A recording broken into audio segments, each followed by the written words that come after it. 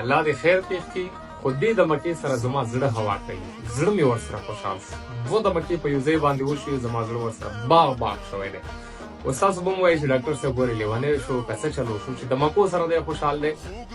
دا د فرم ایجنسي یو داسې ځای دی چې موږ خو اصل پرېږده، زموږ پلاران چې کوم دي د هغو د وخت خبره دی چې په فرم ایجنسۍ کې شخړې دي، جګړې دي، یو بل وژل دي، مړ کول دي، او دنیا یتیمانان دي، بورې دي او کونډې دي. دا د کلونو راسره روان دي چې د دې ډېر پخوانی تاریخ دی. د دې جګړې دلته 2 قومونه پاتې کېږي چې یو ته اهل تشیع وایي او یو اهل سنت دي. ډېر غټ جنګونه تېر شوي دي دلته او دومره مرګونه پکې شوي دي، دومره حادثې پکې شوي دي چې دی دلته بیان کوم حیران به پاتې شي چې ماشومانان، ښځې، سپین ږیري، بوډاګان، عالمان یو څیز هم چا نه دی بخلی. دا دلته دومره حادثې شوي دي چې حیران به پاتې شي.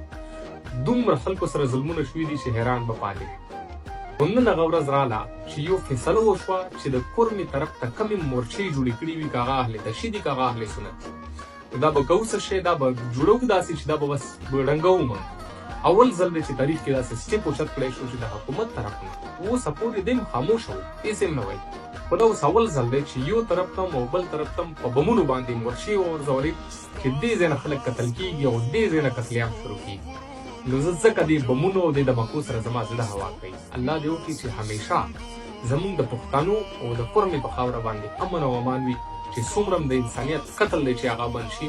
خدای دې وکړي چې څومره ځایونو کې مورچې دي، د جنګ ولا کوم څیزونه دي، دا دې خدای وران کړي، ټوپک دې خدای مات کړي او یو همیشه دپاره دې خدای امن راولي چې خلک خوشحال وي او پښتونخوا خوشحاله وي. رمین